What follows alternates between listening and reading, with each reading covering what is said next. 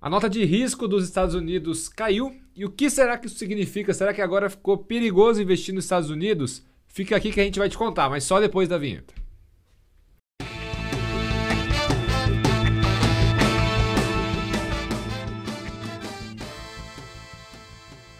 Logo no dia 1º de agosto, a gente foi surpreendido com uma notícia de corte de rating dos Estados Unidos. A Fitch rebaixou a nota de juros, a nota de rating dos Estados Unidos. E aí algumas pessoas vieram questionar o que isso impacta. Por conta disso, do assunto que pegou bastante gente desprevenida, a gente resolveu discutir isso, né, Cássio? Não é tão comum a gente ver uma notícia sobre os Estados Unidos tendo a nota de rating cortada, né, piorando a avaliação. E ainda mais no momento, talvez uma semana depois que o Brasil teve a nota de rating melhorada. Então hoje a gente vai discutir um pouquinho sobre isso, explicar para quem não está entendendo nada do que a gente está falando, quais são os impactos também, né? É esquisito essa inversão de cadeiras, né? Vamos dizer assim, do Brasil estar melhorando a perspectiva de... Notas de risco nada mais é do que qual é a chance de eu tomar ou não tomar um calote daquele país. Quanto maior a nota, maior a segurança de investir ali, quanto menor.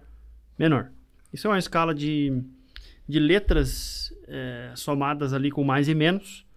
E os Estados Unidos teve a nota dele rebaixado. A gente até falou em alguns vídeos atrás saiu de 10 para 9. É mais ou menos isso numa escala numérica. O Brasil ali saiu de 3 para 4. Então ainda é uma diferença avassaladora, mas sim, tivemos uma melhora enquanto eles tiveram, acho que não vou falar uma piora, mas um sinal de atenção posto por essa casa de análise. E acho que é só uma alusão de que precisa haver uma melhora, pelo menos uma indicação de melhora do endividamento americano. É a maior economia do mundo, por isso que é tão sólido e seguro, só que é muita dívida também. Estamos falando em quase 34 trilhões de dólares, que é a dívida total dos Estados Unidos. Então, é bom, acho que é um ponto de atenção que a casa trouxe ali, para que isso não seja algo muito perigoso no futuro. Boa. E antes da gente dar sequência, não custa lembrar para o nosso ouvinte de se inscrever no nosso canal. Quem está assistindo a gente pelo YouTube também, ativa o sininho toda vez que a gente postar um vídeo novo para você ser lembrado e vir aqui assistir. E claro, se você conhece alguém que ainda não conhece o Explica Aí e você acha que ele pode ter interesse, manda para ele. Vai que ele gosta e começa a acompanhar o nosso canal aqui. Lembrando que eu e o Cássio, nós somos profissionais da área, nós somos assessores de investimentos credenciados Ancor. Inclusive nós dois somos CFP, né, uma certificação que garante que a gente tenha um certo conhecimento em relação à área de investimentos, de planejamento financeiro como um todo. Né? E a gente sabe que a gente está num cenário que é tão fácil a pessoa pegar a câmera e gravar um vídeo, né? Tem tanta gente que às vezes não tem tanta conhecimento de causa e, querendo ou não, modéstia à parte, acho que a gente tem um conteúdo de qualidade para trazer e compartilhar com o pessoal, né? E dá para tudo isso que você falou de nós, dá para pesquisar, né? Sim, dá para pesquisar na XP, dá para pesquisar na Planejar, na CVM, na Ancor, estamos lá. Então, você consegue fazer uma dupla verificação de que tudo isso aí que você falou é verdade. Exatamente. Mas vamos lá, voltando pro assunto principal do nosso vídeo. Primeiro, talvez começando pelo Brasil, né? O Brasil tem uma nota de risco que está lá como duplo B-. Eu nunca parei para contar quantas notas existem na grade, mas eu chuto que deve ser umas 30. Né? Porque começa em AAA. Depois cai no total você disse. Sim. Cai para duplo A+, depois duplo A, depois duplo A-. Aí depois A+. Depois o A, depois o A-. Aí depois cai para um triplo B. Então acho que pegando isso deve ter mais ou menos umas 30. O Brasil... Até o D, né? Né? Acho que sim. O Brasil, hoje ele é um duplo B. Então, até você brincou, né? O Brasil ele saiu de um 3 para um 4, né? Então, ele ainda não está na média. A média ali, vamos colocar que seria grau de investimento. Hoje, para o país estar na média e ele poder ser considerado minimamente seguro para investimento, na verdade... Ele passar de ano no conselho? Eu falo minimamente seguro, deixa eu até me corrigir aqui, mas... Existe uma linha d'água ali que é o duplo B positivo. A partir daí, você fala que o país ele tem um grau de investimento e aí alguns fundos soberanos, fundos de pensão com muita grana, alguns bons bilhões de dólares. Governos, eles podem ter dentro do regulamento liberdade para investir nesse tipo de país. Então ele entra dentro de um leque de opções que esses países têm. O Brasil hoje está fora. Né? O Brasil hoje ele era um duplo B-, agora ele é um duplo B. Então, houve essa melhoria de avaliação nessas últimas semanas. Isso ainda é um ponto positivo, mas também não chega a ser a virada de chave, né? A gente não recuperou o grau de investimento que foi perdido lá em 2016, no meio dos governos da Dilma. E foi um grau de investimento que a gente conseguiu, se não me engano, em 2007. Se não me engano, foi nisso. Ficou bastante Sei que tempo. foi no governo Lula, não vou lembrar o ano, Eu mas acho que é foi. por aí. Eu vi hoje esse gráfico. E a gente chegou a ter triplo B de avaliação. Ficamos alguns anos com isso. Até que teve ali a mudança de governo, não falando por política em si, mas falando por políticas econômicas. Sim. Ali, como você falou, a nota de rating do país ela é a possibilidade dele dar um calote ou a agência acreditar ou não que esse país ele vai ser solvente ou não, ele pode dar um problema no futuro. Isso eu acho que serve pro gringo pra gente pensar assim de uma maneira prática. Quanto maior e melhor é essa nota, então quanto triplo B, A e sucessivamente, menor é a chance do país se tornar um país economicamente como a Venezuela, Argentina. Sim. Quanto maior a nota do rating de crédito, menor a chance disso acontecer. Por isso que ele é tão importante. Perfeito. Então, eu acho que é uma maneira clara da gente conseguir deixar a importância disso na mesa, né? Quanto menor a chance do país dar errado economicamente, mais plausível é a oportunidade de investirem aqui. Perfeito. Porque o Brasil é um país em desenvolvimento. Então, muita coisa por aqui tem por ser feito. Muito dinheiro por aqui tem por ser ganho. Só que para a pessoa colocar o dinheiro dela aqui, a gente tem que entregar de volta um mínimo nosso, que é fazer lição de casa economicamente. E de que não, eu não vou quebrar. Pode investir aqui que você vai ter o teu investimento devolvido. Perfeito. E você falou Venezuela, né? O rating da Venezuela, não, desculpa, Argentina. O rating da Argentina hoje é um duplo C. Então, um duplo C, talvez ali entre essa escala toda que eu falei, vamos considerar uma escala de 30 notas? Também não vai estar 100% correto. 1,5, 2. Tá lá embaixo. Então, para eles chegarem no grau de investimento, vai um tempo, mas com razão. Né? A gente acompanha tudo acontecendo lá, inflação acima de 100% no ano. O maior problema do país é econômico. E o cara que está liderando a pesquisa da eleição desse ano é o ministro da Economia. Então, não preciso te falar muita coisa, que eles estão um pouco longe dessa... Até politicamente, tiveram um baita problema com Christine Lagarde um tempo atrás, aí... Lagarde é assim, né? Acho que é. Vamos só de Cristina, só. Não, essa aí é essa... Nossa. Eu coloquei uma pessoa lá da Europa. Essa aí é do Banco Central. Essa aí é a chefe do Banco Central Europeu. Então, exatamente. Eu comecei a falar, pra mim fazer sentido, agora não faz mais. É com K o sobrenome da que você tá tentando Kirchner. lembrar. A Cristina também, é amiga. Essa mesmo. Elas devem sair junto tomar chá. Mas a Kirchner, tiveram um baita problema com ela uns tempos atrás. E dá dó, né? Porque chegou a ser uma das maiores economias do mundo. A maior economia da América Latina. Hoje estamos muito à frente deles, mas é isso que essa nota significa. Chegou a quase ter paridade com o dólar, né? Dólar já peso, é para evitar que isso ocorra. Para que o meu investimento que eu faço não corra o risco de se tornar algo nesse aspecto. Exatamente.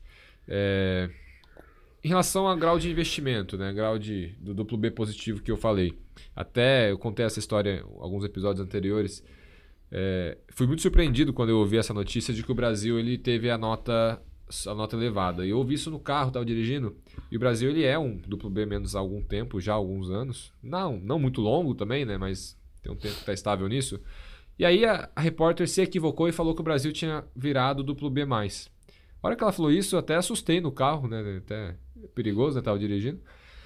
Nossa, sair de um duplo B- para um duplo B+... É muito impactante. A Ibovespa sobe 15% no dia. No dia, né? No dia. Dá um impacto gigantesco. E por que esse impacto é importante? Porque você sairia de ser grau de especulação para virar grau de investimento. De uma vez, né? De uma vez. Né? E quando você tem esse nível de mudança, quando o Brasil vira grau de investimento, abre um leque gigantesco desses países para trazer esses recursos grandes de fora para cá. Porque aí no regulamento, não vai estar escrito assim, você pode investir no Brasil, vai estar escrito, pode-se investir até 10% em país com grau de investimento duplo B+, enfim. Ou não pode-se investir, é vedado investimentos em países sem grau de investimento. No regulamento vai ter ali o que ele pode e o que ele não pode fazer. E quando a gente atinge esse nível, quando a gente atingir esse nível, que eu acho que vai acabar acontecendo nos próximos anos, até a expectativa hoje, talvez uns 3, 4 anos nesse ritmo. Isso sempre depende do fiscal, né? Se o Brasil melhorar essa parte mais cedo acontece essa nota. Do mesmo modo que se piorar, aí fica mais distante. Pode até cair a nota. Uma questão que não tem muito que... É isso, é trabalhar em cima disso. Exato. E aí, trazendo esses recursos para cá, a gente tem uma melhoria cambial, tem uma melhoria de... Dólar é fluxo, né? Sim. Trazendo fluxo do exterior, você vai ter uma melhoria de câmbio. Bolsa vai lá para cima, o cenário como um todo, você começa a trazer mais empresas estrangeiras, emprego, enfim. O emprego diminui, o desemprego diminui bastante porque mais negócios estarão sendo acontecendo aqui. É uma coisa muito boa. Multinacional abrindo fábrica de novo. Vai longe. A possibilidade positiva para a economia em grau de investimento para cima é absurdo. Já foi o primeiro passo, né? Então saímos de duplo B- para duplo B. E agora o objetivo grande é voltar a ter grau de investimento. Quem sabe até voltar a ter um triplo B igual a gente já foi ali alguns anos atrás ou mais que isso. Mas aí teria que ser Tem muita coisa para acontecer até lá. O ponto principal é o gringo ter confiança de que o Brasil ele não vai dar calote ou ainda ele vai reduzindo cada vez mais as chances dele dar esse tipo de calote. Tudo que vem sendo feito é importante. Reforma da Previdência, super importante. Reforma tributária, que está sendo discutida. Foi aprovado agora na Câmara, né? Foi aprovado na Câmara, agora está no Senado. Fundamental essa reforma. Sim. Imagina, a gente tem uma legislação que tem 40 anos, que não tem uma revisão tão grande, né? Ou mais, e vários puxadinhos, né? Hoje, tenta explicar para alguém que não é brasileiro a regulação. Não, explica para um brasileiro. Ou para o brasileiro. Que eu quero ver. Não, eu quero ver um dono de empresa escrever no papel quanto ele paga de imposto. Não sabe. Não tem ele como. não sabe. Não tem como. E ele realmente não sabe. O Brasil não sabe. A Receita Federal não sabe. Sim. Aí sobra para o Judiciário se decidir. Também não sabe. É para ontem essa reforma. Sim. Eu já vi empresas que eu atendo que tem mais de 100 pessoas no departamento tributário, pegando tributário, advogado, parte de contadores, enfim. Eu tenho certeza que entre eles mesmos deve ter consenso de interpretação.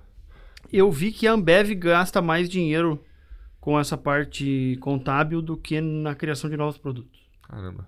Então, tudo bem que eu estou falando de um monstro que está em todos os estados, mas isso é um exemplo do tanto que daria para lucrar mais ou quanto daria para produzir mais se eu tivesse um alívio nessa parte. E estar em todos os estados já é uma complexidade, né? Porque ICMS, por exemplo, é um imposto que em cada estado ele vai ter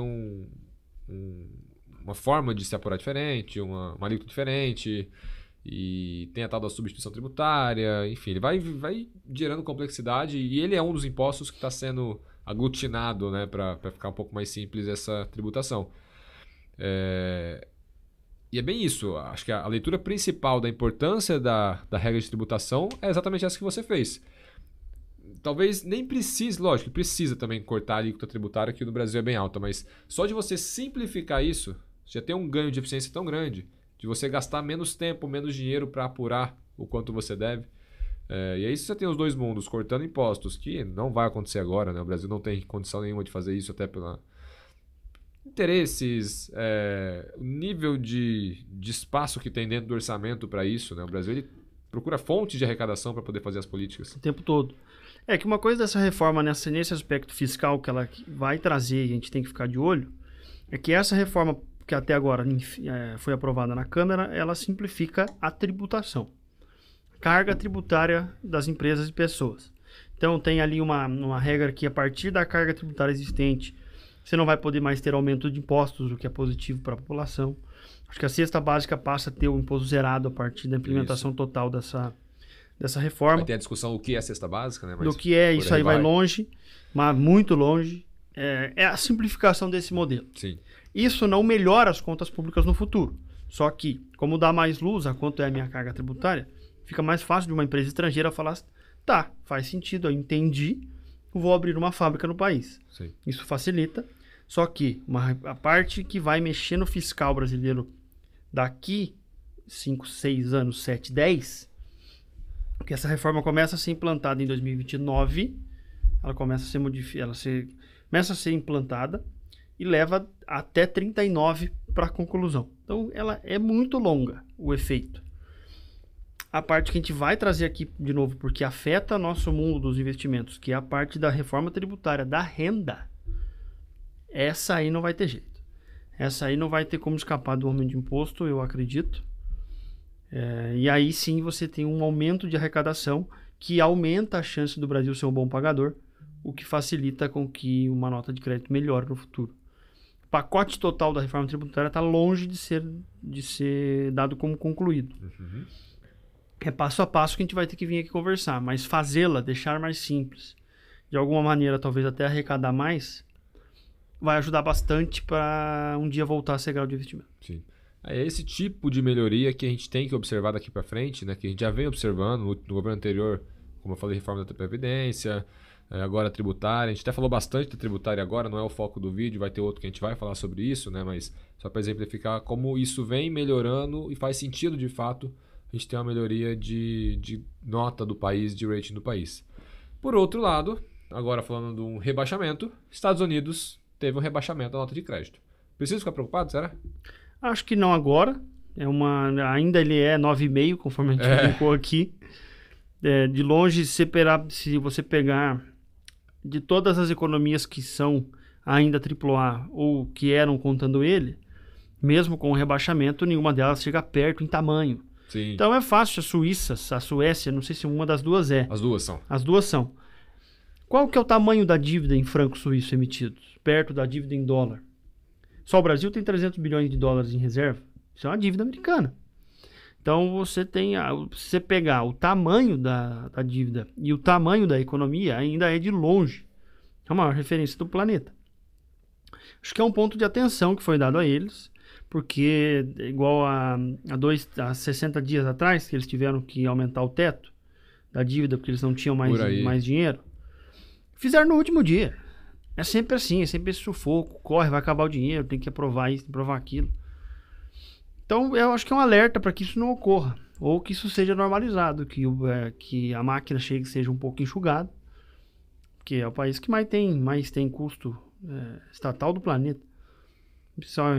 Só bélico é um negócio incapaz de ser pensado por nós. Então, acho que é um ponto de atenção. Eles não gostaram, os Estados Unidos ficou um pouco chateado com a casa de análise que fez isso.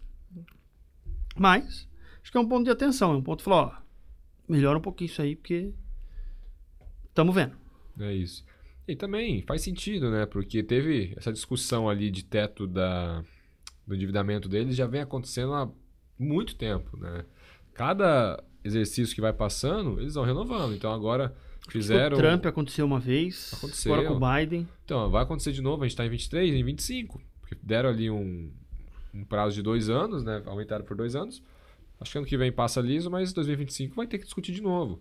E é uma discussão tensa, né? Porque a política é igual no mundo inteiro. Sim. Cada um quer trazer para si ali os benefícios, vai ser o toma lá da cá. Então, para ceder isso, eu quero isso, para fazer política, enfim.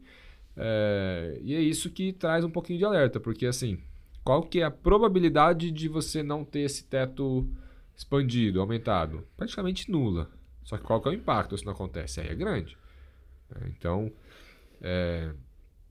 como já acontece há bastante tempo, acho que isso deve ter incomodado um pouquinho os avaliadores de risco da Fitch.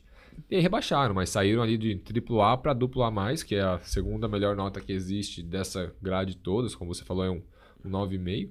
E até por curiosidade, né, os países que são AAA hoje, acho que são uns 10 mais ou menos, a gente falou 2, né, Suíça, Suécia, eu não vou lembrar todos de cabeça, Alemanha. mas Alemanha é... O Japão não deve ser, tá endividado. Não lembro se tá. Noruega? Dinamarca, se não me engano, Noruega, Singapura, bem menor. Bem menor. Bem menor. Mas a chance de eu receber um dinheiro que eu investi lá é pequena, por isso que é considerado Por isso que é considerado. um AAA. A maioria tá na Europa, né? Um ou outro na Ásia. E China endividadíssima, a China então não tá deve estar longe também. disso, 260 do PIB, se eu não me engano. por aí. Então, são esses países, mas como você falou, o maior ainda é Estados Unidos. Acho que o tamanho importa mais do que a nota nesse caso, né? Quando eu comparo um AAA com um AA+, eu tenho que levar em consideração a geração de dinheiro que ele tem ali dentro. Dinheiro do mundo hoje é dólar. Então, segurança, né? O dólar é quem é, não só pela economia, mas pelo poder de defesa americana. Então, é a última moeda do mundo que cairá em algum momento, por problemas mais sérios. Então, tudo isso está no valor, tudo isso está na tranquilidade de investir nos Estados Unidos. Perfeito. Então, eu acho que o que nós temos de atenção a isso é esse ponto deles levantarem como se fosse uma bandeira de melhorem um pouco isso. Diminui um pouco o gasto de vocês, enxuga um pouco a máquina aqui ou ali. Só por curiosidade, eu puxei aqui alguns outros, né? Alemanha, Dinamarca, a gente tinha falado. Países Baixos, a gente não falou. Holanda. Suécia, Noruega, Suíça, a gente falou. Luxemburgo, inclusive, que é entendido como um paraíso fiscal. Pra quem quer... Tamanho do Paraná, nem isso. É pequeno, hein? É. Singapura e Austrália. Nem a Grã-Bretanha não tá. Não tá. Austrália não tá. Bons anos atrás, Hong Kong era considerado. Bons anos atrás. Que é mais Inglaterra do que China, né? Se for ver, dependendo da... É que tá em transição, né? Tá em transição. Acho que isso tá ajudando a perder talvez um pouco a sim. certeza. Sim. Então eu acho que é mais essa questão de falar para os Estados Unidos, você continua sendo quem é, mas conversa isso mais cedo, trata desse tema no Congresso mais cedo. Melhora um pouco essa questão aí que a gente vai voltar aí com o AAA em algum momento. É isso. E para quem investe lá, sem pânico, não tem motivo nenhum para eu ter receio de perder esse recurso que está nos Estados Unidos. Ainda a gente está falando da maior economia do mundo. Que ainda está forte, muito resiliente. Exato. Momento de crise, eles não enfraquecem. Então, são sinais de que está tudo bem. Em toda crise, no ápice da crise, o dólar sobe porque todo mundo manda dinheiro para lá. Que é onde você se sente mais confortável. Né? E a economia melhora muito a condição de crédito quando o juros está baixo. Sim. E eles estão com os maiores juros em 40 anos. E mesmo assim, agora foram para 9,5%. Então, em algum momento, esse juros vai começar a cair, o endividamento vai cair organicamente.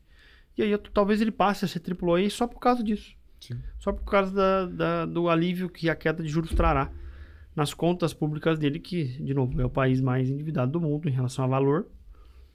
E porque o mundo inteiro compra as dívidas de emissão dele. Perfeito.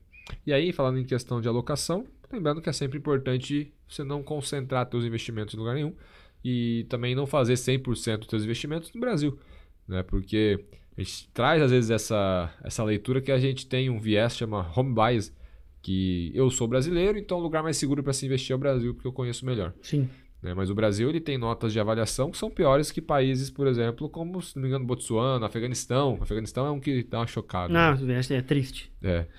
E aí a maioria dos investidores brasileiros investem só no Brasil. Quando você tem um americano que está num dos países mais seguros do mundo, que não investe só nos Estados Unidos. Sim. O americano investe muito mais fora de lá do que o brasileiro investe fora daqui. O argentino investe 50% a 40% no mínimo fora da Argentina. Então, o brasileiro, se não me engano... É o que salvou ele. Exato. Durante todo esse período. Exatamente. Que agora a moeda dele já não compra mais nada, né? Para quem foi para a Argentina nos últimos meses, sabe do que a gente está falando. E para o argentino que vai viajar para fora de lá, ele está meio complicado agora. Então, essa questão de alocação é super importante. Quando eu vou montar minha carteira, pensar em alocação internacional. Existe até uma correlação negativa entre bolsa e dólar, né? Geralmente, quando a bolsa sobe, o dólar cai. Quando a bolsa Brasil sobe, o dólar cai. Então, se eu tiver ações Brasil, ações americanas, renda fixa Brasil, renda fixa americana, investimentos na Europa, investimentos na Ásia, tem várias formas de você fazer. Alguns um pouco mais simples, alguns mais complexos. Quero fazer de uma forma super simples, tributação de renda fixa. Existem COIs que você vai acessar sem risco de prejuízo, sem oscilação cambial. Eu quero fazer com oscilação cambial. Você pode fazer através de alguns ETFs de vários países como esses que eu citei dentro da Bolsa Brasileira. Quero de fato mandar meu dinheiro para fora. A Avenue, por exemplo, a própria XP, são corretoras que te dão acesso a investir diretamente lá fora. Mandar de fato teu dinheiro para fora. E aí com alguns cuidados para não cair em gatilhos de tributação, né? Porque a tributação lá, principalmente sucessória, é muito mais cara do que aqui. Sim. Mas essas corretoras que eu falei fazem domicílio fiscal em fundos em países que te evitam esse tipo de risco, mas... Como Luxemburgo. Exatamente, que é um dos AAA que a gente falou, mas coincidência aqui.